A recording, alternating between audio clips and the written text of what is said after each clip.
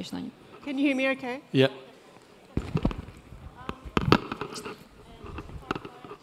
No, we're not hearing you. You're not hearing me? Okay. I think Maybe. I need to tilt slightly. There we go. Let's try that. Okay. That's better. All right. I'll start that a bit again. I'm Cate. I'm a senior writer at Tech.eu. I'm based in Berlin, but I'm not German, in case you are wondering. I'm Australian. So just in case you think, what's that accent? That's what it is. And Max, if you'd like to introduce yourself as well. Yeah. Hi, everyone. My name is Max Ciociola. I'm the founder and CEO of Musixmatch. Great. Musixmatch is the most well-known company for the most, used feature in the music space and streaming services, which is lyrics data. So anytime you open Spotify, Apple Music, Instagram, you search lyrics for Google, Amazon Music, everywhere, it's Musixmatch beyond this service. Excellent. And before we dig into that, we're going to talk a bit about music tech because it is such an interesting topic and there's so much going on right at the moment. I know this is not your first rodeo. We have mentioned the word exit, so maybe you'd like to tell us a little bit about your previous company as well. You mean previous of Musixmatch? Yeah. I started the early days in 1999. And there was, literally, the mobile, there was no iPhone, Mobile were still, Nokia. And I found out that I've been very focused across all my journey about, what consumer loves when it's about entertainment. And at that time, users were passionate of personalizing their phone. Although, were black and white phones, Nokia phone. So I launched this company called Wireless Solutions in the ringtone space, And, and it was a nice journey. We sold the company in 2003 to one of the largest, I'm Italian, publishing and media group in Italy. And suddenly the iPhone came and there were no more ringtones, So, tech and behavior change across also, the devices. That's what happened, Great. And tell us a bit about that acquisition, because we always hear this term and we sort of, we hear that something's been sold for maybe a large amount of money, but we don't always know what happens behind the scenes. Can you walk us through a little bit? Sure. It's been a long journey. Musixmatch, we founded the company in 2010, so it's been 13 years. And last July, one of the largest American private equity, TPG, who has, backed company like Airbnb, Spotify, Uber, Calm, has acquired the control of the company. I think it's different kind of acquisition. It's not a strategic acquisition. Our main goal, since Musixmatch is pretty democratic across all the services, we never want.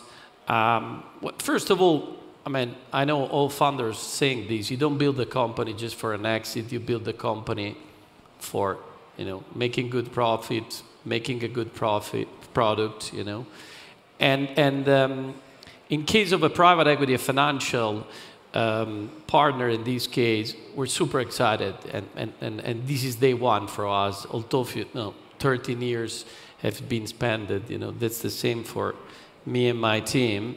It's kind of a different journey because most of the acquisition happening, you see most of the founders joining the company that acquired them, but leaving after 1 year, 2 years.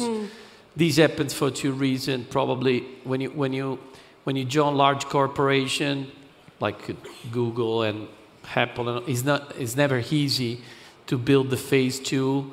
You start as an entrepreneur, you end up in this corporation being a product manager, large organization. In the case of our acquisition from which is a control acquisition by this private equity TPG, it's we're still running the company 100%, and it's still day one for us, and we're looking at about the next 10 years. So I think it's important also as entrepreneur you need to be ready for phase number two. My desire was to have a bigger partner for phase number two, and I could have been more excited now, even after 13 years and getting older. And what did the acquisition mean for your other team members? There's often this idea that people are going to make it rich if there's an acquisition. It's not. I would say that well, it's an ecosystem which is very important because once this acquisition happening, if you would ideally put on an Excel file, there are money in the market which then gets reinvested into others' company.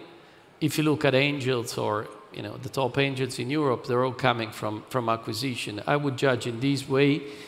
I don't mean richness, There's a funny video going on Instagram about Bob Marley.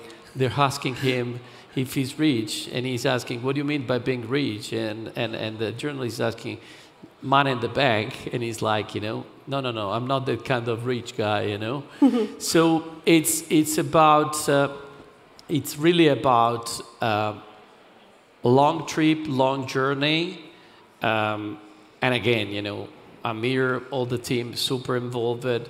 But the way I would, think about acquisition in the case of the tech is that, you're turning then next entrepreneur into angel, reinvesting into other company. This is a big loop that helps the entire startup ecosystem.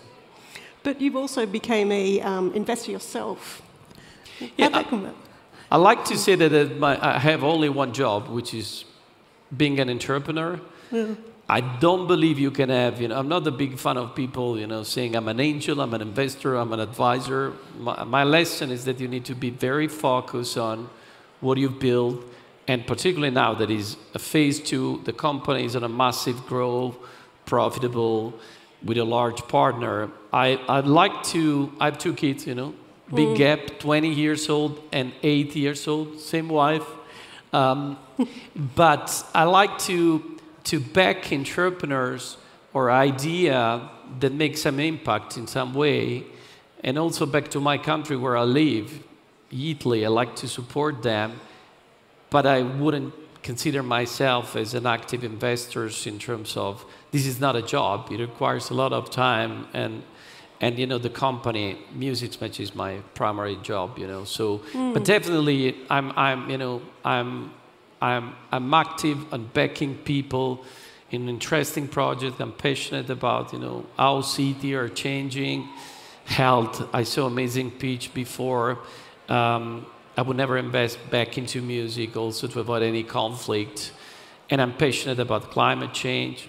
My personal pitch, I try to potentially invest the things where my little son would, get an impact. Anything that is about climate change, there are things that probably my kids will never see in the future in terms of plenty of things. But that's it. But again, I think it's important. I know there is now this Elon mania of running. I would never have been able to run 3 different companies, 4 different companies, I believe in being focused, and as long as you want to be and continue your job. Of course, there is time when you make an exit that, after 13 years, that you want to leave and start back. It's still not my case, I'm still passionate about what I do. Oh, just a general comment for the audience. If you want to ask questions, we're pretty informal people. You might need to come closer because we won't hear you. But feel free, if there's someone with a mic, maybe you can raise your hand and we'll try and answer them as we go as well. I know we do questions at the end as well. There is one question. There's someone with a mic, hopefully. I can just be loud as well. Yeah, I can talk it back. Go for it. Max, you mentioned that you like focusing on one job and not doing an advisor and then this and that. Why? What's the reasoning? Yeah, so I'll just repeat the question back. So the question was about that Max likes to focus on one job rather than try and do, the multiple hats. What's the rationale behind that? Well, first of all, there's a give back that goes beside investing that, I feel myself have to do, which is but this is beside investing on advising, helping people. I try to answer anytime I got asked questions, helping. This is not, across any potential financial return. I'm not even asking, to take a stake into the company. This has to happen, must happen. It's the role of any entrepreneur to give back to the ecosystem, which, by the way, my previous generation didn't do, properly. Besides that, I believe that a focus, as long as you have a company on a grow, which is our case, and as long as you want to be the CEO of the company, scaling the org, it's still a complicated journey. It's all about scaling the org. Musixmatch is a 150 team, hiring talent, competition, So I do believe that being focused, it's very important. And I don't really like anything that take out my focus from the company and my personal, for me, it's very important also, my balance with my life, family and all of this. So it's not that I'm not bullish on doing multiple things, but I think it's important to set up your own pace and decide what you want to do. My goal is to take the company eventually public and scale much more.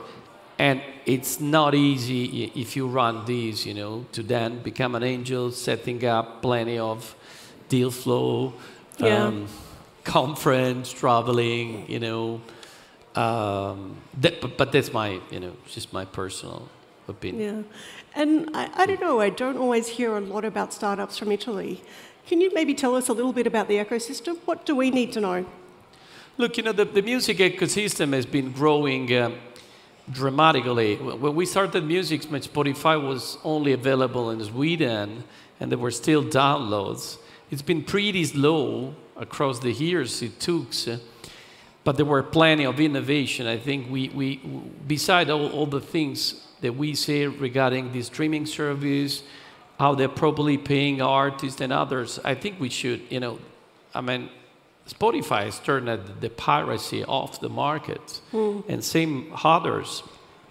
So there was a massive innovation in terms of tech, streaming, and recommendation. Lyrics has been very important too, because if you look, the best example I do is that searching for a song, I'm in Riga, I want to search a song talking about Riga, we help this company, on better searching. Then there is the AI, which everyone is aware of these things happening, the Drake deep fake on AI. Look, I think, if we all put ourselves in the clothes of our creators, and if you're an artist, whether you're a musician, the last things you want to happening is that someone copy or makes money out of your job. So it's a bit scary, but at the same time, super cool what is happening. Scary because, I can cloning Drake or Rihanna voice, make a track, use AI to create lyrics, and just, publish the song to DistroKid, and then the song goes up. So I think this is a bit scary, but at the same time, I think it's important that, we shouldn't be like the referee of all this tag, just giving red flag or red card, oh, this shouldn't happen. We should definitely back this kind of innovation because, back to AI and music, think about an artist. In the past, you would have need a recording studio featuring artists. Well, now you can ask permission, and I'm already starting seeing platforms that are allowing, official voice cloning or official music to be released by other artists. It's scary because it can be a kind of a new piracy. There are plenty of new cases, but it's also cool because there are artists who are opening their music catalog by saying, hey, you're free. There was a case of a big artist, I forgot the name, on the news, that she said, okay, you're free to use my voice, to use my music, as long as, you tell me what you're using. This would be massive in respect to audio. But is that going to be opt-in or opt-out? That's the point, because, again, if we put ourselves in the clothes of a creator, the last things I want is that someone clone my music and distribute and make money of that. But I think this will become huge, more in respect of producing music and making music. Think about a DJ, think about a remix, as long as this music gets properly licensed. Because, the royalty, the copyright is a big thing, which has been solved it so far. There was a time where in Sweden, Pirate Bay was at the government. Yeah, I'm actually reading a book about the history of the MP3 and Napster. Exactly. I don't know if anyone here is old enough to have been a prodigious use of Napster back in the day, very illegally. But yeah, I mean, we've always had evolution in music, everything from sampling to MP3s and CDs and hardware. I mean, this is kind of the next iteration. I mean, what excites you about working in music tech in general? I'm excited about, first of all, the Gen Z, the next generation. My 20 years old daughter, they listen to music in a completely different way than us. You know, she calls me boomer, but I'm still not boomer. What I mean is that consumption of music, the way they do consume music, they do consume music or play music on TikTok, which is a 30-second video.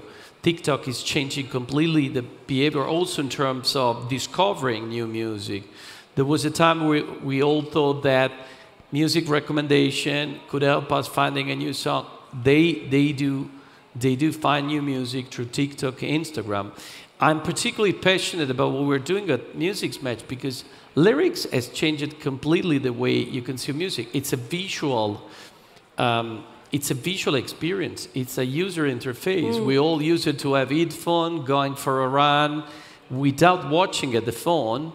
And we're super bullish back also to the generative side of lyrics. And we're in the process of launching these in the next couple of weeks. New asset. Lyrics is official an asset for the artist, okay? And we'll be able, and we'll launch in the next couple of weeks what we call lyrics video. If you're an artist, usually you have your track music, but you don't have a video.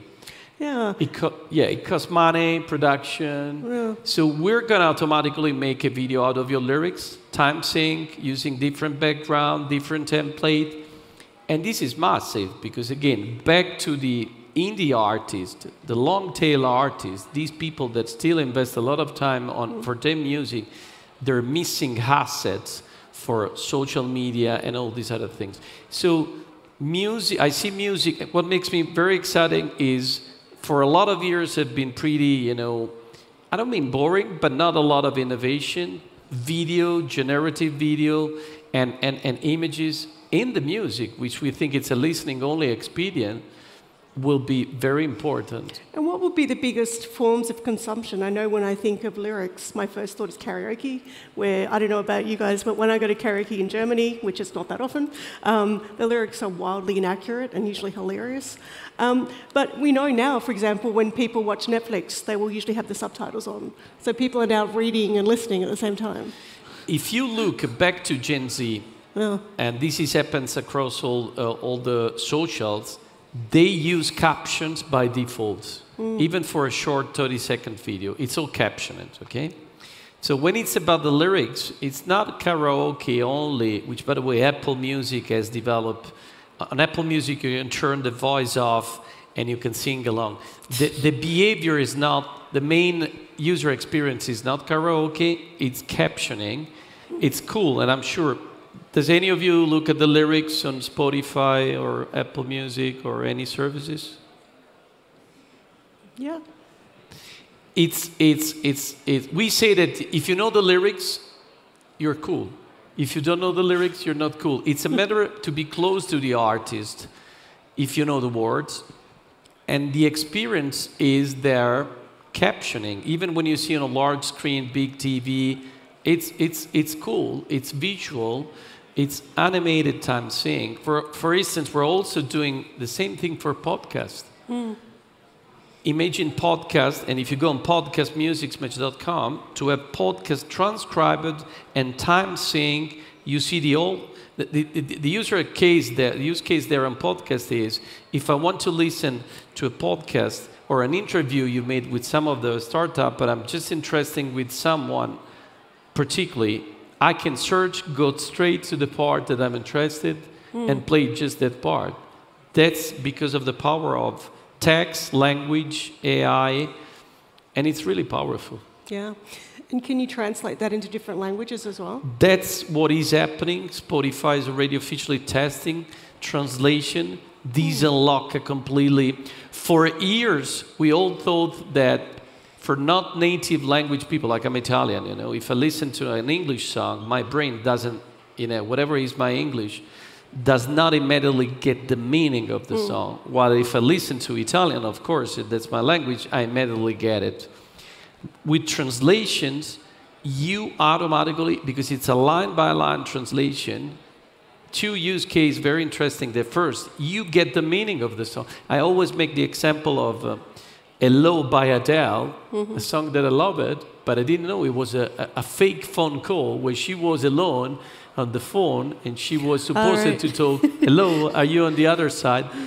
You get the meaning and you become very close with the artist. Plus, when it's about learning new language, you know, it's really important. So this is happening, and with a lot, particularly we're seeing on non-English country, the Latin country, like when it's about Brazil or Asia, they want to get even on, or if you think about K-pop, which is impossible. So this is another bit, this unlocks the barrier of getting any languages. So again, we would have never seen or said 10 years or 15 years ago that the music would have been global, you would get anything about the song, what the song is talking about. Now, with lyrics, you enter into the language of the song, you know what he's talking about, you feel close to the artist, you search better, and this is really cool, you know. And how much, I guess, how important is digital curation when we're talking about things like using AI to, I don't know, develop your music preferences or base it on your previous data? We do a massive usage of AI, but we do believe that the future is about curated and human verified AI, which means we have a community of millions of people. Musixmatch works like Wikipedia, where we have curators of people contributing. Just think about every day there are 100,000 new songs being distributed. It's all about you. Think about lyrics transcribed by an AI. I would never trust, because if a lyrics is wrong, user will get, you know, not very happy about it. So it's the same thing. If you look at ChatGPT, they've just released it yesterday, something where, well, they train our feedback. We do believe that it's all about the human verified data, train it with AI, because this makes really powerful. And we use the community, the people, the contributions in order to train the AI. And this is very powerful because you use, you know, people. And it's not about taking any data. You take action from them. And I believe this is very, I strongly believe into the combination between crowdsourcing in any actions, anything, the power of the crowd combined with the AI. Another example is, you know, Wade's, you know, the navigation app owned by Google, you know. And I guess when we talk about emerging artists that are often the ones that are often bearing the brunt of, you know, heavy tech that may, you know, impinge on their rights to monetize, how could they kind of future-proof themselves and make this an opportunity? Can you say it again? Sorry. Yeah, so an emerging artist, currently they may not be able to generate as much income. So with the incoming of music tech that we're seeing in all kinds of startups, what's the real opportunity here? You know, the space is super crowded. If you think about Spotify, they declare they have like 5 million artists. Imagine 5 million people in this room, you know. It's hard. It's not just building cool music. It's about getting discovered. Because when you have 100,000 new tracks, 5 million people uploading, and I believe that for a lot of these people emerging in the art, well, first of all, there is a massive simplification of it's super easy, you know, for them to distribute the music. They have distributor, DistroKid, CD Baby, all this company. In a few seconds, you upload your track, you get verified on all these, across all these music store, and your track is there. Again, remember, 10 years ago, you should have met someone from Sony Music Labels, Universal, have a meeting, set up, have a recording studio. This is getting super easy. When it's about making a living out of music, that's very complicated. Yeah. But I mean, it's not, there's no any fault by any DSP or any music company, because, you know, it's complicated. I think, you know, the main thing that needs to happen, and it's also about Gen Z, I tell you, it's impacting, because the way they listen to music, the genre they listen impact, it's not only hip-hop, and this, we see the music genre are changing country-based, you know, there's a lot of local music still working. I think creators need to be sensitive and realistic about the fact it's super hard, besides what is the royalty compensation for them. That is, it's like a soccer player, you know, of course, anyone want to be a pro or anyone, but the space is super crowded, but the tech is super easy now for them, and, you know, it's complicated. Yeah. Alrighty, questions? Anybody? I can see some hands, very blurry, but over here. Yeah, we can hear Yeah, you. go for it, mate. What is your thought process when it comes to complex decisions? Do you drive your decisions on pure logic, or do you use gut feeling? It depends by I think it depends by, that's a good question. It depends by the stage of a company. This is, you know, massive growing company, profitable, and of course the P&L and the profits. It's important to keep it. For instance, I think where we're very good at Musixmatch, we love scarcity, which means when it's about hiring, we're very sensitive. We don't envision a company of 1,000 people in the short term. So we have built this concept of scarcity, which is like, of course, engineers always would love to hire more engineers because, you know, they don't have enough time to build, you know, these tons. I think the thing is affecting mostly the industry is the amount of legacy code. Yeah. This is affecting, you know, across, you know, the best things I've heard is that the code average, I mean, life should be 2 years. You should then rebuilding. So back to decision, of course, we look at the budget, the decision. It's not about gut feeling, it's about the vision. We're very lucky because we have a very, I would say, easy, focused vision. Our goal is to do what we've done for music, for any kind of audio, extracting text, machine learning and AI, and enriching the experience, okay? It's again back to the being focused.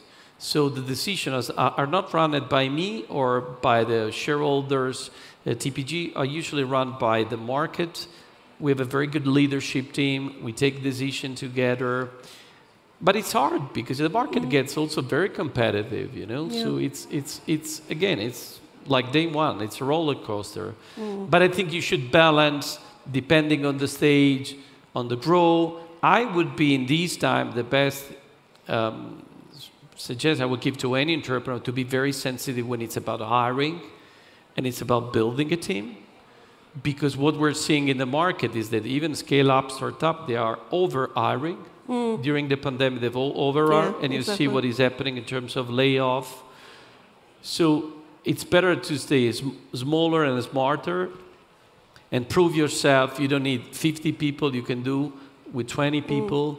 This is very important lesson to learn sometimes. Of course, when you raise 100 million and you're still not profitable, you think that you must use most of this money on hiring. I think this is the worst things to do. We've got about a minute, so we can probably squeeze one more in. Anybody? Yeah. Hey. I'd be super curious to hear your thoughts about balancing the role of CEO, especially as the company grows, with the role of husband and father. We should So the question was about wife. balancing the role of CEO and husband or partner or father. We should ask my wife to join into this. Look, you know, habits, back to habits. I think back to focus, it's very important. I'm a big fan of, you know, I have my personal habits, big fan of my health, my fitness. I wake up pretty, first of all, I need to sleep 8 hours, you know. So I'm very sensitive about the sleeping time, and which means I go too early to bed, you know. This is impressive. Sometimes I cannot able to finish a Netflix movie with my wife. 9:30, 10, I go to bed because I need to sleep 8 hours. Okay. With that said, morning for me, I wake up very early, and it's about spending time with my kids. My daughter, she lives in London. My little one, taking them. My habits to take him at school every day is important. It's that 15 minutes I used to talk with him. And it's important. What is changing thanks to the pandemic is the way you work. Because at Musixmatch, we say we are remote with an office. We're hybrid. 150 people, the headquarters is in Bologna, but they live across any geographies. So this has rebalanced because we all thought that working was 8 hours in the office. Oh, I have to go to the office. By spending time at home and working from there, I also spend time with my wife, interact more with her. I'm more sensitive about spending time with family, which means, dinner time is dinner time for me. There are no calls. Although, our partner is from California, and they're also very respective into this, because if you finish your day, you have dinner, then you start back calls, your family get affected. Yeah. It's a very important, the habits you build out of that. Back to my journey in the company as a CEO, it's not a company that is run anymore out of myself.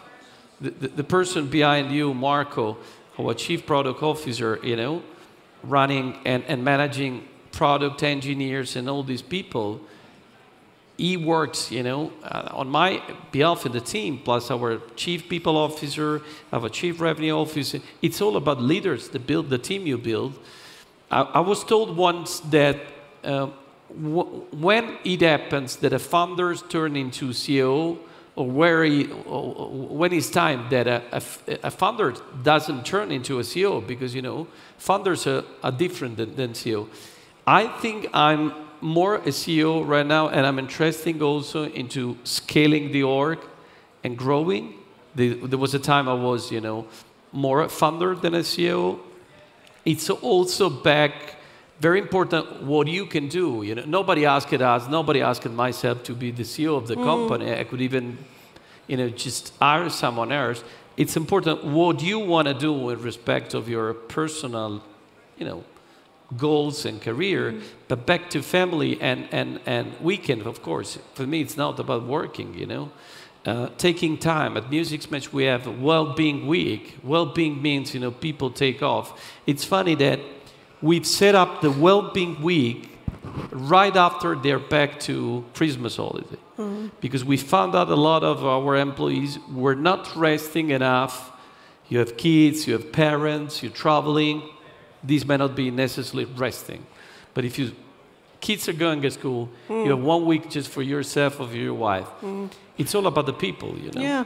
Alrighty. I think we've exhausted our time, sadly. I'm sure we could chat more. But we're both around, obviously, for the event, so feel free to come and say howdy and chat with us.